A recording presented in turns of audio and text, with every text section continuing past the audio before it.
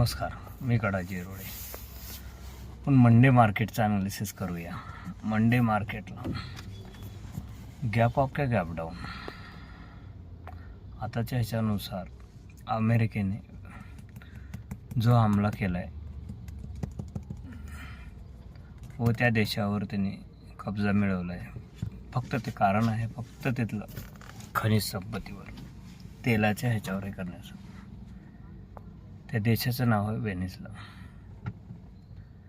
त्याच्यामुळे प्रॉब्लेम का होऊन जाईल की मंडेला मार्केट गॅप डाऊन ओपन व्हायची शक्यता आहे.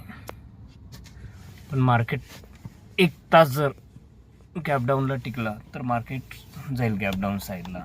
जर नाही, जर गॅप डाऊन जाऊन जर परत अप साईडला मूव्ह केला तर मार्केट कवर होऊन जाईल. त्यासाठी कमीत कमी 1-2 तास लागेल. 2 तासानं कळून जाईल की मार्केट वर जाईल का खाली जाईल. खूप लोक घाबरून जातात की सकाळी सकाळी एंट्री करतात. नाही खाली जाईल असं नाही होत. मार्केट चकवतं. मार्केट पहिल्या सुरू दोन्ही साईडनं मुवमेंट देतो व त्यासाठी 1 अर्धा तास त्यानं वेळ घेतो. अर्धा 1 तासाने तो डिसाईड करतो की कुण्या साईडनं जायचे. ज्या साईडनं मुवमेंट देईल ते चांगली देईल. जर निफ्टीचा विचार केला तर चांगली मुवमेंट दिली तर 150 ते 200 पॉईंट देईल. बँक निफ्टी 350-400 आणि सेन्सेक्स 500 ते 600 देईल.